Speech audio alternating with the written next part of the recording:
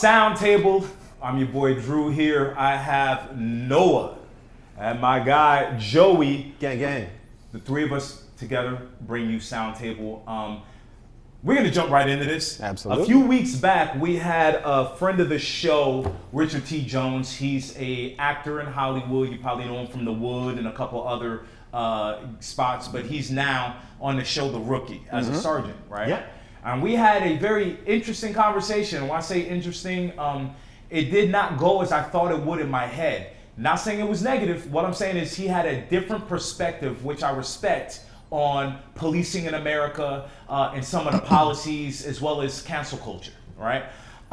We decided to go back to that well, and we have with us today the star of the show, The Rookie. The rookie of the rookie. The rookie of the rookie, you could say, right? He is like the rookie of the year, right? And that is Titus Makin. So we sat down with Titus earlier and we pre-recorded this interview, but I mean, I'm excited. Absolutely. Like, it was a great conversation. First of all, Titus is yoked, like Hollywood yoked. Dude, the man is a Swiss Army device of abs. It's just got the two abs, and then those have like 4 other abs of their own, and it's not fair. It's like a 37 pack. It's like, so you kind of jealous is what you're saying. Yeah, like he A little bit, low key. I mean, he forced me to follow him on Instagram. Forced you. And, Yeah, that happened. Yeah, I saw it. I mean, I like staying in close circles with other creative phenomenons. Yeah. Like myself. So, Because you're an elite athlete. I am. If there's one thing followers of this podcast know, is that 1, I'm an elite level athlete. This is true. And number 2, I am a creative supernova. And I believe that this man, Titus Makin, also hits those 2 You forgot star one thing. checks as well. You forgot one thing. You're very humble. I am. Extremely. And notice how you noticed that. I did. didn't have to bring it up. I did. That's how humble I am. Low Is that key. I don't even like to bring up my humbleness. But I do want to bring up all the things that this man is doing right now. No, let's do this. Let's shoot off to our pre-recorded conversation with him. That's a better idea. And then when we come back and have our roundtable and dissect. So we're going to shoot over to him. Then we come back. We're going to dissect what we talked about and have our takeaways. But right now, we want to shoot it over to our guest DJ who's in the building. No other than Seattle Seahawks DJ Roscoe. Hey. Where you at, fam? Let's go.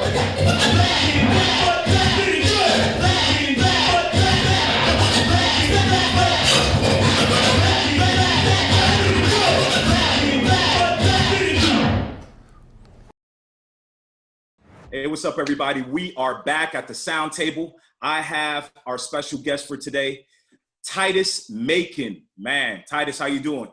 I'm doing great. How y'all doing? All right. Hey, for you guys that don't know, Titus right now is the hit. He's on that hit show on ABC, The Rookie, right? He plays Jackson West, but you might have seen him in the past on Grey's Anatomy, Glee. He was also on Pretty Little Liars for, cats that don't know. I had to throw that out there, fam. I had to throw that out there. But, I mean, you come from a military family. You've been around, studied in New York. I mean, you do your thing. And I know you do music as well, right? So music, your music name is Butterfly Ali. There we go. Am I correct? You right. What genre of music do you do? Soul funk.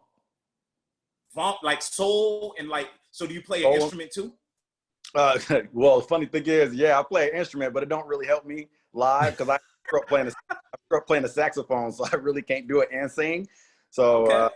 You're telling me there's 2 guitars here that haven't been played in 12 years, but look really good up on my wall. look really good.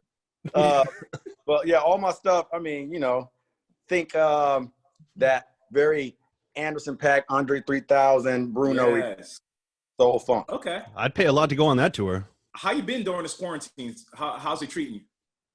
It's been highs and lows. You know what I mean? Like it's what I'm pretty sure everybody is experiencing. Like there's a lot of things happening within the quarantine, right? Yeah.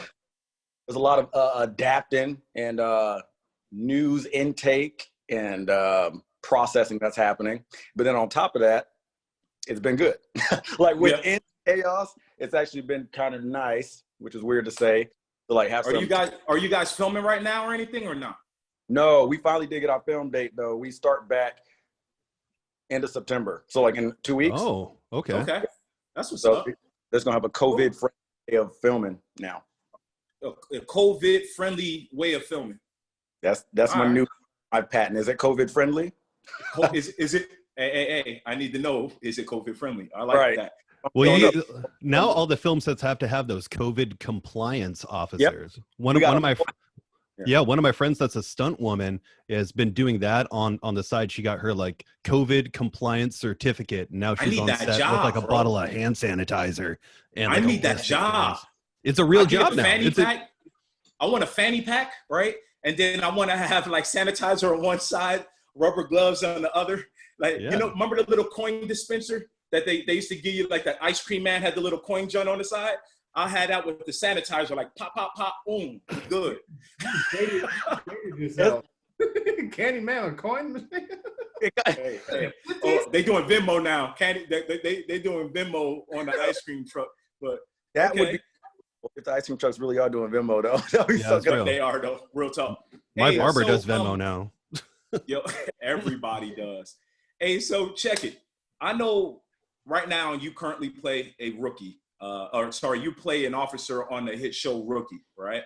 In doing that part, because you came, like I said, you were in Glee and you were Grey's Anatomy and things like that. Like, what do casting directors look for when they're trying to cast for law enforcement? And then, like, how did you prepare for that? Like, what are they looking for? Bruh, I wish I had the right answer for you. I'm gonna tell you what I think. But honestly speaking, and one, you were right too. You can't. I am a rookie on the show The Rookie, so you were right. Okay, there we go. But I mean, I wouldn't feel like I was it if they was looking for it. Well, my tattoos, I got long hair. So the thing is, like, I technically don't fit the archetype that I'm about to describe, but for whatever works. So I think it's more just somebody who has like a militant demeanor. Somebody like, for me, you know, you had as a black guys growing up, they're like, oh, you whitewash, like, because you speak well. You know what I mean? Yeah.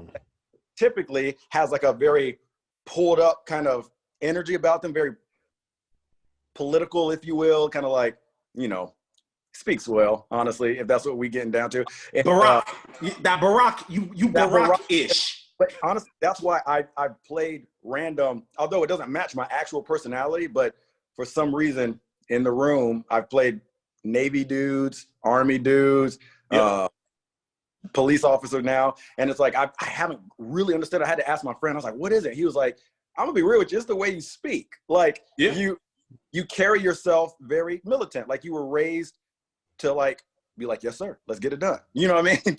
So, Hey, Titus, was there a character or maybe an actor or role that you try to like model your audition after when you're trying to think of these more militant law enforcement type roles?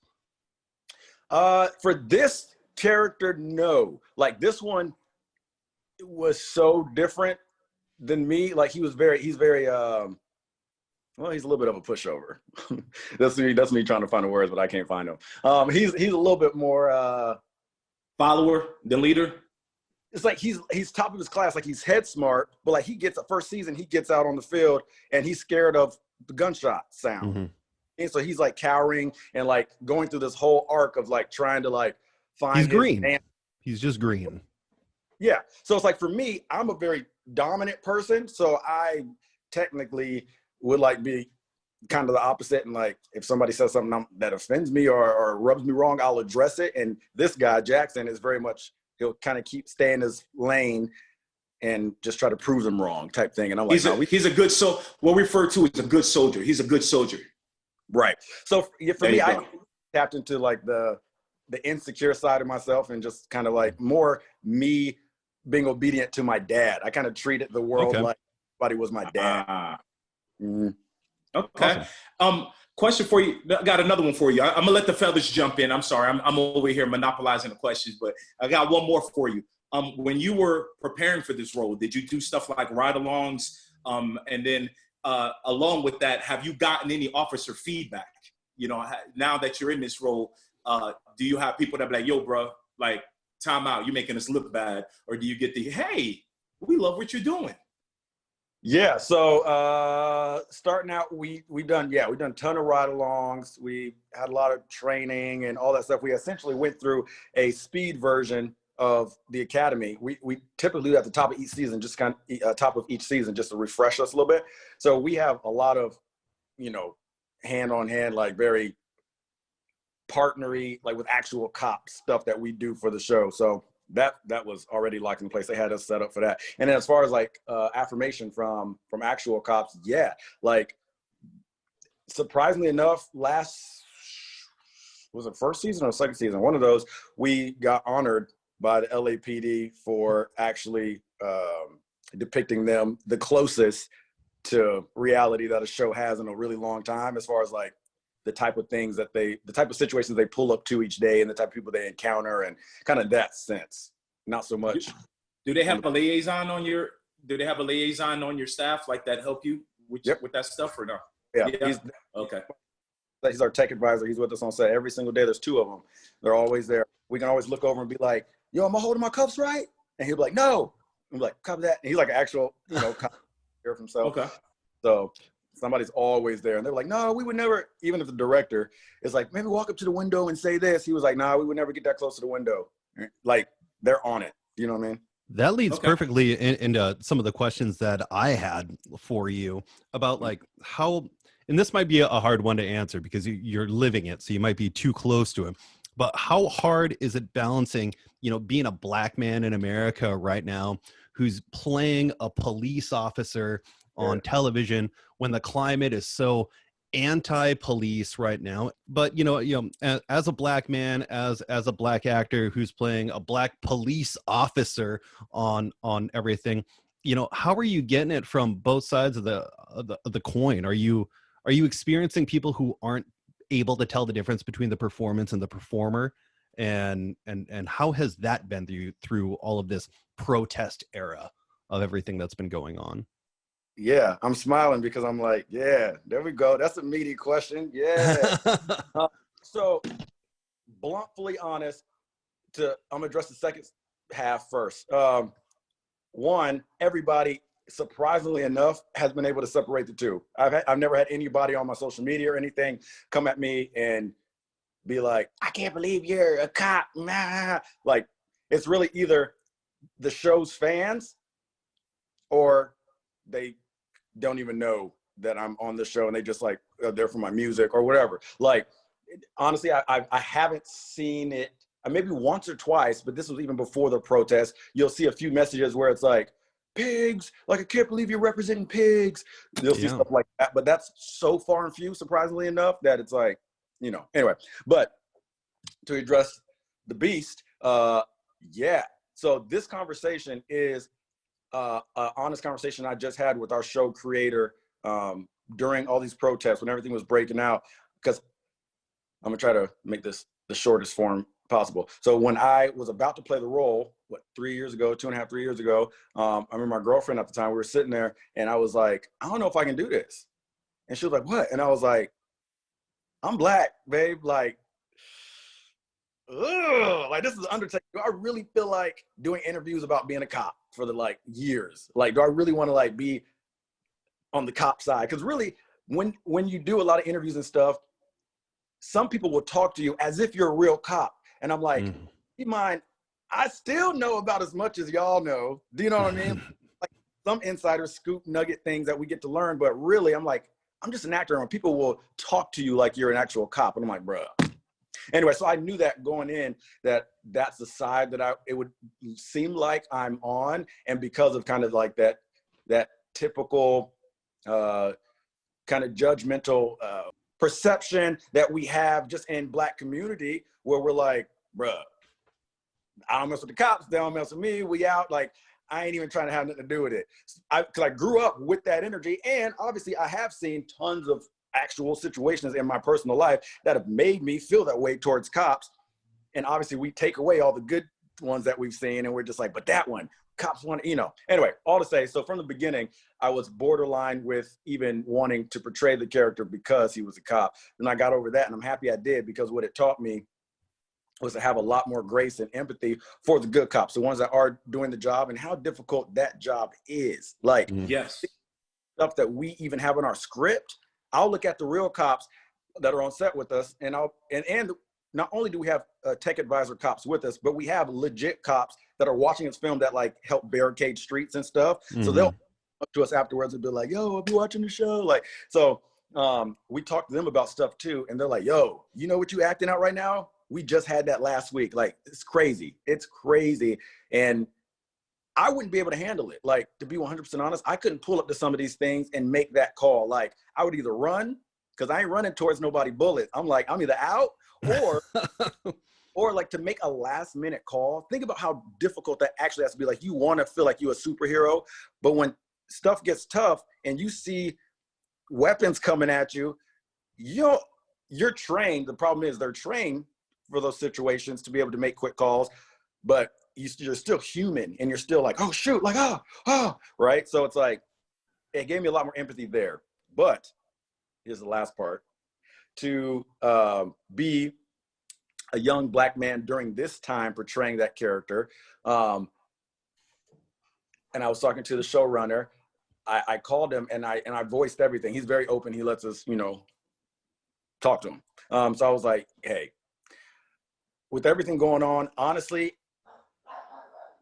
rather you politely write me out of the show, or us actually talk about the one thing that we haven't really done, that we are going to start doing more this season, obviously, is really address the fact that if I'm a young Black officer, I play a 24, 25-year-old, whatever. The reality of that, and I've always thought this from the beginning, and we've never addressed it in the show, is that if I'm from LA in the show, I'm an LAPD officer, and I'm Black, that means half the people I'm arresting are probably my— Look like you. Oh, people from your own community. Interesting. Right. And I was like, and I've always wondered if they were going to bring that up in the show, because I was like, what happens? Because I was like, what if I was really Jackson West and I'm looking at my boy Dante and I'm like, bruh, yo, we was just in school together, but now I got to take you in. And it's like, but do I? Because I know that you just struggle and I know your mindset, but it's like, because I used to be the same. And like, I've always wanted to see that dynamic. That's awesome to hear that you think so deeply about your role, because that kind of, if you think that the last question was meaty, we're about to dive in even deeper. And I'm happy to hear what you just said, because you're ready to get deep with it. Yeah. Hold on, let me say fast too, just to clear for our showrunner, because he's awesome about this. I don't want to seem like I said this and he ain't doing nothing about it. No. He was already on it. He sent me like the pitch deck of where they plan to go with my character this season, and Richard and Makia, and he was like, I really want to tackle this, and he's like, I really want to do it in a tasteful way, where obviously we're not tuning into an after school special because you watch the news and you watch the show and there's more news, but in a way where we're actually talking about the reality of dealing with different ethnicities as a cop, police brutality, how a person of color would deal with that, because we have Asian, Hispanic, and African American on the show, and then 2 Caucasian guys. So it's like, and half of them are women too. So it's like, there's so many angles of like, okay, let's actually really start talking about how Jackson West as a young Black man is processing things, which I really appreciated, because that was the one thing I felt was missing. Even before the protest, I was like, what is this young Black man thinking as a cop? So that's a Black dude. That's awesome. That's awesome to hear that you're thinking about that, because that's like, you already kind of answered my next question in a way. So I'm going to have to spin it. Is that, do you feel like you have a certain responsibility to say yes or no to roles, or try to interject? And then more than that, does Hollywood have a responsibility to address current affairs, like when they're in a situation where they're essentially creating entertainment and an escape from reality? Like, do you feel that like it's demanded that they address these things, or that it's ultimately up to an artistic choice? Hell yes, it is their full responsibility, in my opinion, because I'm like, look, if Hollywood is literally the hub that is inspiring, teaching, whatever, the entire world, which it is, then we got to be coming with something that's educating somebody. So it's like, while I do think that there, in which our showrunner's doing, like I was saying, there is a fine line of being a documentary and being entertainment. It's still our full responsibility as musicians, as actors, to tell stories that educate, It's Yeah. like if you want to depict real life, that's our job. It's like, okay, we're just depicting real life or telling somebody else's story. Well, let's tell some real stories that actually grow.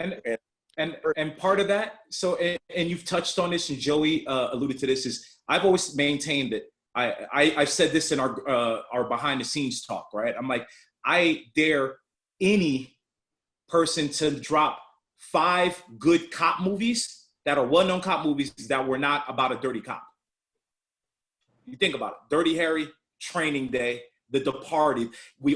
Hollywood for years has depicted police as blurring the lines and doing all this stuff, and we've glamorized it, and we've made it, or not we, but they've made it sexy, you know, the show Chicago PD and all that, so that now when you see officers acting bad in real life, right, it's kind of accepted because we've seen it so much in Hollywood that we think that's what their job really is and really takes to get done. And it's, you know, not as, oh my gosh, why would they do that? Because week after week they see people doing that. So seeing that you're addressing a role in a way that's more realistic, that will address things hopefully more realistically, will change that perception. Right. But then I offer you the flip side of that, which is, You got to get paid. well, look, that's not where I was going, but back to. But the flip side of that being, because Hollywood, I almost think there's the flip would be the positive of it, where it's like, okay, because they have kind of depicted cops as, you know, there's always a dirty cop, that honestly has also broadened our awareness that there are dirty cops. So it's like, there's the flip. It's like, I see what you're saying, where it's like, okay, it's kind of made it like normalized and like kind of like, yeah, we ain't really batting an eye at it because, yeah, there's dirty cops. But it's like, at the same time, I'm happy that they're saying that, because the reality is there are dirty cops. Yeah. You know, I just hope I just wish they would address it more in these movies and these shows, but that's a whole nother thing, you know that. right. End of Watch is a really good cop movie that Which one? it's called End of Watch. Has Okay. Jake Gyllenhaal. Yeah. Yep. Got the guy's name, but it depicts it pretty spot on. Like, we always reference that one, even when I'm talking to other cops. They a lot of times will reference End of Watch. Okay. Speaking of, I have 2 really quick questions before I want to pass it off to Noah. One's a loaded question and one's a softball question. So the hardball question is, you talked about, you know, when you were considering this role, you talked to your girl and you're like, should I do this as a black man? With or without naming something specifically, has there ever been a role that you've turned down just because you adamantly disagreed with the story or character arc? Let me do some math. Probably about once a month. Oh, word. Wow. Yeah. Okay. Project. I mean, to be honest, not right now, but pre-film, because I can't really look at scripts right now because I'm not available to shoot. But anyway, pre this show, you get stuff, and especially during pilot season when they're like trying to cast a bunch of new shows, you get stuff coming across that sometimes it just conflicts with your moral compass. Yeah. Women, and some women just like, nope, not showing my titties, not happening. Next pilot.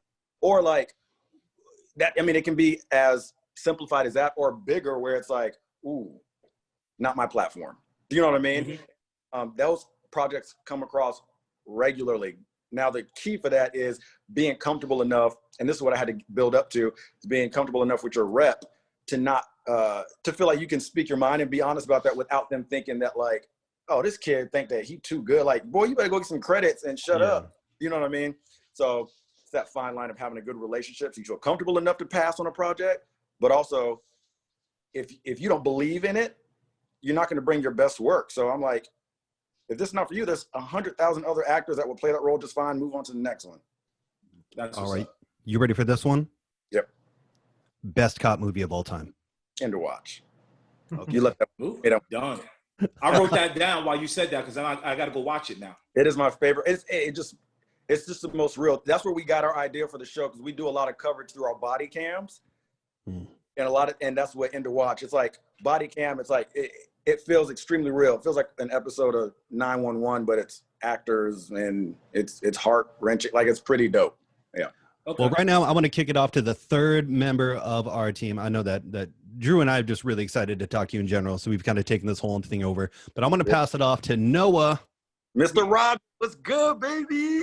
I wanted to ask you a question that isn't as much involved with your character, but that's involved with you personally, because it sounds like you have a breadth of experience between balancing the two that has allowed you kind of a unique perception. So there's a trope going around that I kind of get frustrated with, which is anti-police versus pro-police. When you see, you know, something like a Jacob Blake happen or something like that, and then a lot of people come out and say, should have complied, should have done this. And those are supposedly pro-police people.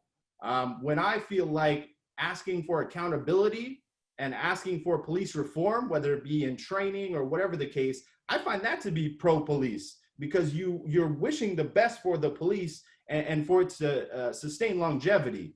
So what's your take in the blanket term of pro-police and anti-police? Because I feel like that's very convoluted right now. And I kind of want to get your opinion on that. Yeah, for one, I used to have that same shirt, by the way. That's one thing. And then two, I thankfully, through this job, I've been able to talk to a lot of police officers, and we've been having some Zoom sessions during all this time too. And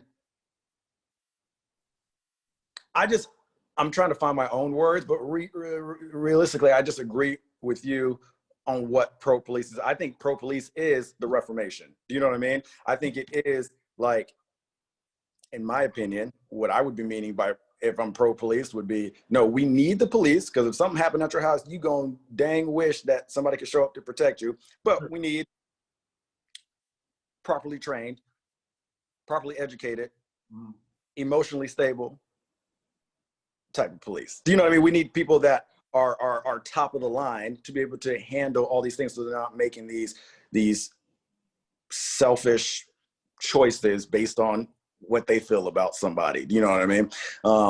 Yeah, so I just agree. I just agree with you, essentially. And then anti-police, like with the whole defund the police or F the police, I can't get on board with that, because quite honestly, it just doesn't make sense. But reallocate funds, if we change in the words, let's just say the words right.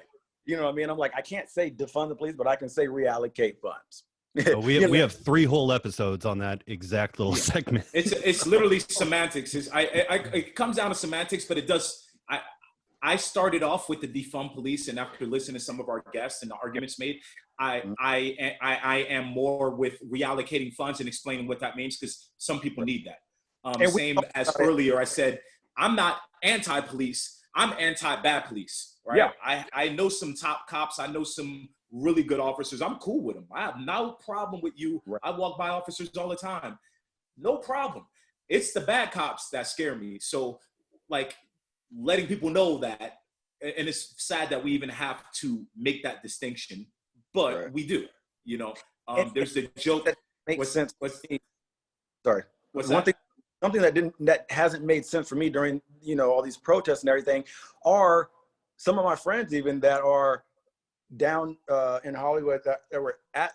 There was one specific protest that I'm visualizing, but they're saying F the police, all this stuff, and it's like, I get it, anger, get it, but at this point, it was like the perfect image that I wish I could have had a screenshot of, because it was cops lined up with their things, their shields, and at least 3 of them were black.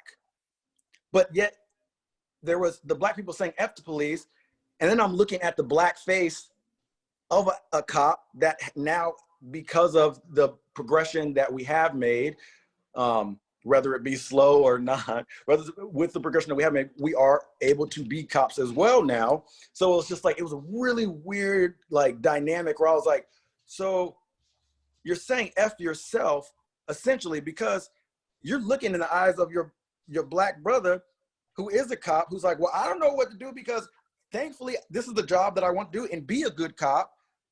But you're saying F me, so where do I stand? Because, well, I'm black too, and I agree with you, but I agree with doing the job. I was like, it was just a picture that I wish you could have, like, seen. Yeah, I've said straight up that black officers should get double pay, and black female officers should probably get triple pay, because you're getting it from white America, Black America, and if you're a female, you're also getting it from male America. Like it's a really tough job to begin with, and then you add all these extra things on top of it. And There's let a me just reason say, I'm not a cop. because we talked about that specific thing that you just said with the police officers that we talked to. Yeah. And I honestly think more pay. Now here's where reallocating funds comes in, because we were kind of talking about a systemic issue even within the police force, right? Where it's like, this might be the popular vote here. But if you bump the pay of, hear me out first, if you bump the pay of police officers, then the quality of people you get is higher. So what happens is, what's happening is that the police officer was saying is that the grade in which they're getting paid, and which you're getting people out of high school, out of military, who are just like, F it, I'll just be a police officer. But when the caliber is higher, you're getting paid higher, and the requirements are more difficult. So part of that would be college if we want to pay more, same like in the private sector, I'm okay with an officer making more money if they had to go get a 4-year degree with certain certifications. Yeah, which would eliminate probably 50% of the police force that we have right now, if not more. But the cops we have would be on it, hopefully. Yep.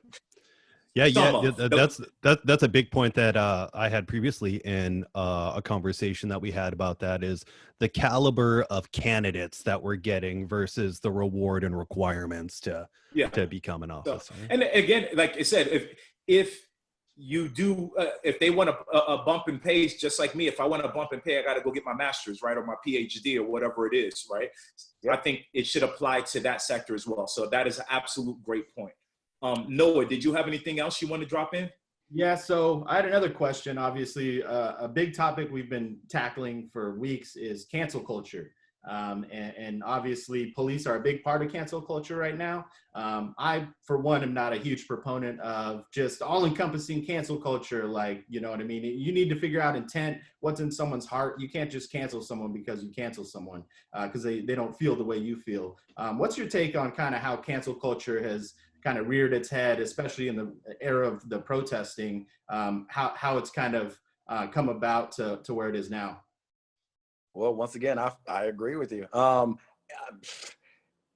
You said it best yourself. Hey, I feel feelings are fleeting, but I think that cancel culture is an issue, in my opinion. But see, once again, it would come down to what I feel like is worth canceling. Because I was going to say, in some cases. You're telling me I just got out of Facebook jail yesterday. There's something. I did a 3-day stint in Facebook jail. Okay, so here's the thing. So, well, I think the negatives to cancel culture is it teaches us as a society, as a people that are, all the kids and the youth that don't know what happened before cancel culture, that, oh, you disagree with something and they're done. It doesn't teach you forgiveness. It doesn't teach you empathy. It doesn't teach you anything. It's just like, well, he made a mistake. And I'm like, imagine how many mistakes you've made that just haven't been on camera. I'm like, half the people we know have done pretty minus, and see, because now I'm flipping it real quick. And that's when it comes to cancel. You're going ahead. You see, you're arguing with yourself right now. That's what happens. You ask me questions. Right. Because when you're going to go ahead and argue both sides and then negate you. Yeah, all right, okay. Today it's not even necessarily committing a mistake. It's someone saying you made a mistake. Even. Right. But then we have the flip side of like children trafficking, and it's like, well, cancel him. Like, you see what I'm saying? So it's like, I am not mad at that. Like, if you traffic in children, I'm like, bruh, yeah, I'm not mad at it. I think. Yeah, so I think like Noah alluded to, it's a case by case. But I think the problem with America and why we are still where we are right now is the First Amendment. And the First Amendment gives you the right to free speech, right? But speech is not free. It's free to say, but it's not free of consequence. So if you say something ill, hateful, or what, there are consequences. It could be loss of your job. It could be people decide not to support your company anymore and you lose your company. So I think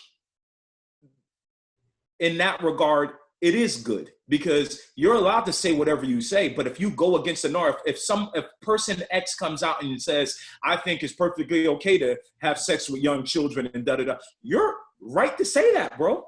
It's free to say that. It's America. But that does not mean that people will support what you do or how you make money or what, and you can't get mad at that. You canceled yourself. Yeah, Well, I'm saving that one little video clip of you saying that for future things. I think that there's where it's rooted, where cancel culture is rooted, I think is a good place. It's inclusion. It's teaching people that, you know, this is, you don't refer to this person this term, whether it be race or creed. So it's rooted in good, you know, intention, which is be more inclusive, teach people the proper pronouns, you know what I mean? But it's gone to an extent where it's been exploited to a certain extent. So I think how we bring that back in is on us as a public to get it back to where it was with the good intentions of it. Because from cancel culture to outrage culture. Yeah, exactly. That's exactly what's happening. It's like, okay, not everybody, we all can't look. What are we supposed to say? That's what makes it terrifying to even be in this field with this type of cancel culture, because I'm like, I don't know what I can guarantee you I've said something on friggin' Facebook or MySpace back in the day that somebody could find. And I'm like, I don't know what type of joke I posted. Like, I'm like, it's terrifying. And I'm like, they just gonna dig up anything because people want to just. And that's the thing. So that's where I draw the line on it, because you're an artist. I think there's a separate set of rules. When people are going after comedians, your job is to be rude, crude, and funny on stage. Yeah, that's what now, they do. Off stage and in real life, what you say and how you act is how I'll judge you. But when you're playing a character, right, essentially a character, you abide by a different set of norms and different set of rules. So Kevin Hart, right, the whole issue with him saying, you know, my son's gay and this, he was doing a part on stage, right? It was a bit. It was a whole comedy thing. You know, if my son... Full disclosure, that's not what he said, but hopefully people know the full bit and context you're talking about. But Kevin Hart didn't come out and say his son's gay. But I know he didn't say that. I know what he said. I'm just saying, I'm paraphrasing it. But my point is, he was doing that on a show for ha-ha to get paid a lot of money and leave. Now, what he does and treats his son or says when he's off stage and in family time, that's a whole different scenario, right? If you make your family or your wife part of your shtick on stage, I can't hold you to that. That's part of the joke, right? So as an actor, you say things, do stuff. You have your public persona and your private persona. But I don't agree with that, cancel it. But again, if you're in private life and you're walking down the street with your friends and all of a sudden you go on a racist rant, Mel Gibson style or some stuff like, time out. You need to be held accountable. And the studios may not do it, but the people who decide that they want to see you or your movie or what, they'll make that decision.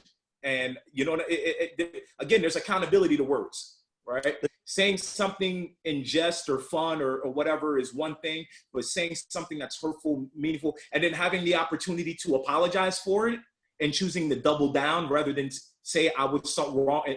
That's the other portion of that I think is stupid. So all that makes perfect sense. And yeah, if that's how it was, or if that's how it were, then that would be great. The problem is people are choosing what has potency. Do you know what I mean? Right. I could say, oh yeah, I just want to eat. All I want to do is eat acai bowls for the rest of my life. And they're like, so acai bowls are racist. Right. Are you like, you know. What, you don't like curry? You say you don't like yogurt or yogurt? That's what they're gonna come back with. Oh, he said he hate ice cream. Yeah. Right. But in all seriousness with the cancel culture topic, the reality is, I think people are, it seems to be calling out a bit more of the major things. It doesn't seem like people are really getting canceled for like petty stuff, kind of. But me and my actor friend had this conversation. We were like, honestly, the reality is it's really just keeping us to a better standard as influencers, because at the end of the day, it's saying, okay, don't sleep with nobody underage, because you know how that goes. And that's always been a law. Don't unless you're Elvis. Get permission for sexual experiences. Like really, it's just holding you to the standard that we kind of should have been, not kind of, we fully should have been as humans anyway, and even illegally. So that's where I'm like, there's like something that is getting brought out because it's forcing this next generation to be on it because we're terrified. You know what I mean? We're like, ooh, I don't want to do nothing wrong, which is low key kind of good because it makes self-policing, bro. Right, self-policing. It's making us stick to the standard. It's like, yo, I ain't touching her because I'm gonna be in the press tomorrow. And honestly, you probably shouldn't touch her anyway. So it kind of helped in that sense. Yep. And then the backside is, well, you can't ever make a mistake because don't make one accidental public mistake because then you're done, which that's the bad side. You know what I mean? Yeah. So Yeah. Titus, I appreciate you taking the time. You know, we don't want to take all your time, but I will leave you with one last kind of two-part question. The first one is, I know you've been in quarantine and you're a creative like myself. I do writing. How creative process been for you in quarantine? Because I know it's very different from, you know, a normal scenario with your creative process. And then secondly, if you have anything on the horizon or stuff you're working on, what's on the horizon for Titus Makin? Yeah. AKA Butterfly Ali. There he is. There he is. Honestly, the writing process for me has been pretty solid. Because and this is more so with music because we still do Zoom studio sessions and I'm still writing a lot. And if I was writing a script, then I might get a little stagnant because I can't really write in the house. Like I need to like be out somewhere. But it's honestly been great. I've had a lot of time, and these situations like the depression, the stress, the anger, all these different emotions have fueled some pretty interesting songs. So it's kind of helped musically. And then what's the second half of your question? What's next for you, man? What do you got on the horizon? Yeah. Well, honestly, we get back to filming at the end of September if that doesn't get pushed, COVID related. And then other than that, just been writing, releasing. Finally, we have a new music team. So I'm finally releasing a new song September 25th. What platform?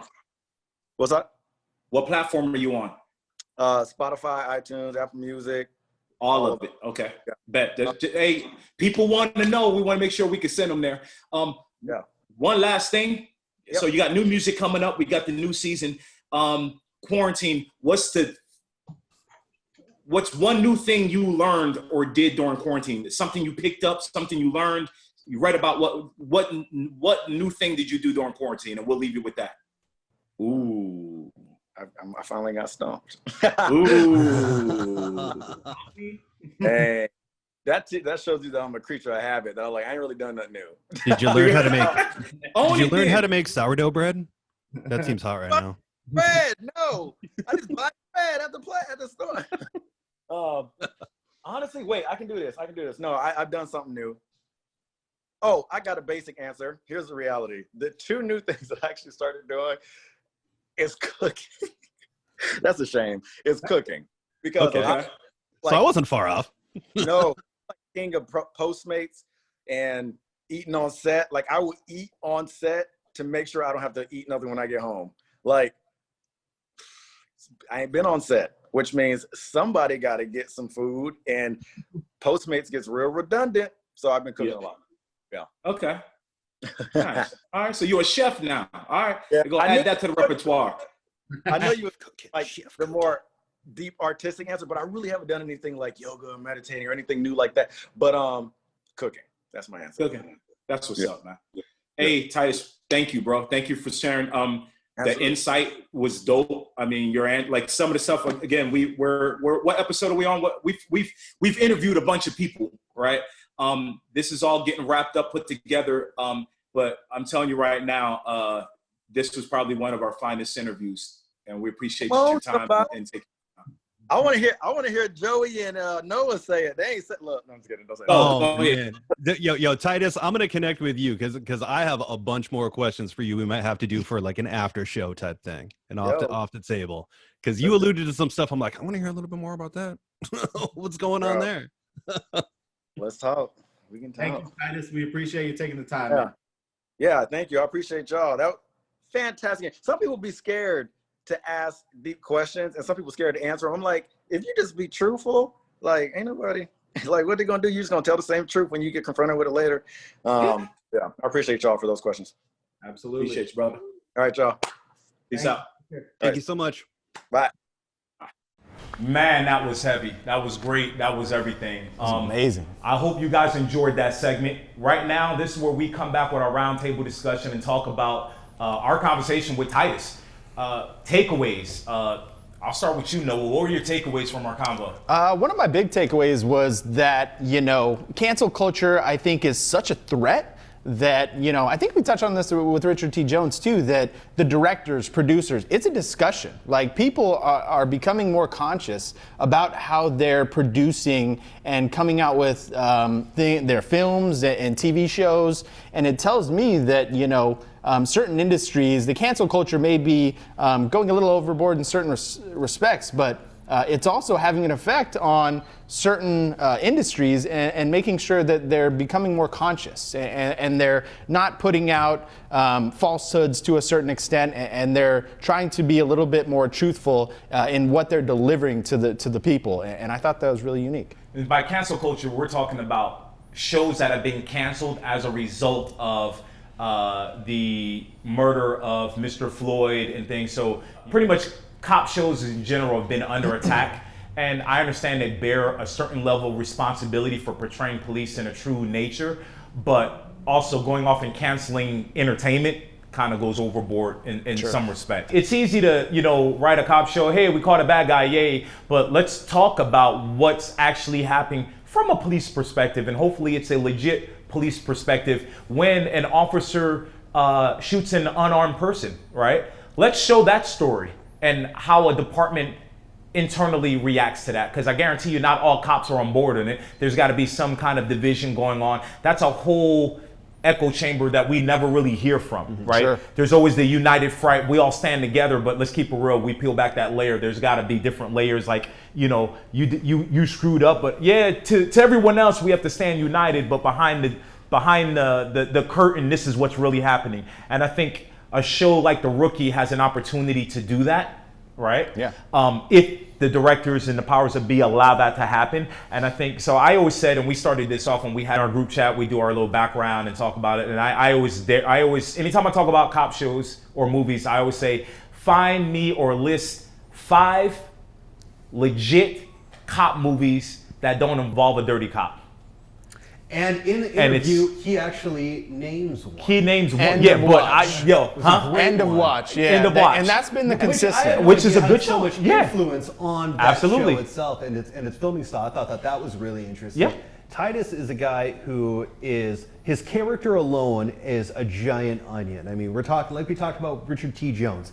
He's a young black male playing a cop on a top TV show when cops are hated and we're not necessarily looking for actors for advice or to save the world, but he has a job to do. He's fantastic at that job, and he has a music career. This guy's like a Swiss Army knife. But he also has, and now that's cool, but what I respect and I loved about him is that he's also socially aware of what his responsibilities as still being an African-American male. Yep. In portraying a police in Hollywood. He's And now making the most out he's of making all the of his most of his platforms. opportunity. Exactly.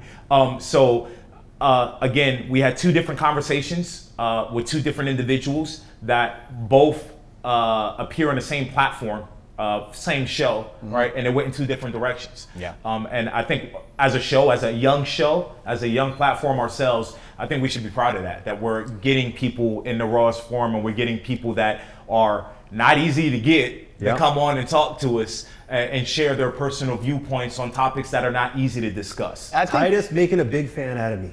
And I think it was unique. You like his abs, though. I mean, it's hard not to. If you got eyeballs, you like that guy's I think abs. it was unique that he actually, I mean, how many, being an African-American male, he had to come out and ask his girlfriend, is this a role I want to take? Because it's such a polarizing role. And to have those discussions, I doubt many white actors really have to have that discussion, you know what I mean? Yeah. So to hear that perspective and kind of that peel behind the curtain was really unique too. Yeah. So, I mean, we learned a lot. Guys, if you like what you saw today, please follow us and subscribe to what we're doing. Links will be following. Share. Share all day. I'm telling you, we're coming back. We have more guests lined up. We have more interviews. We have more perspectives. This is Drew for Noah and Joey. We're sounding off.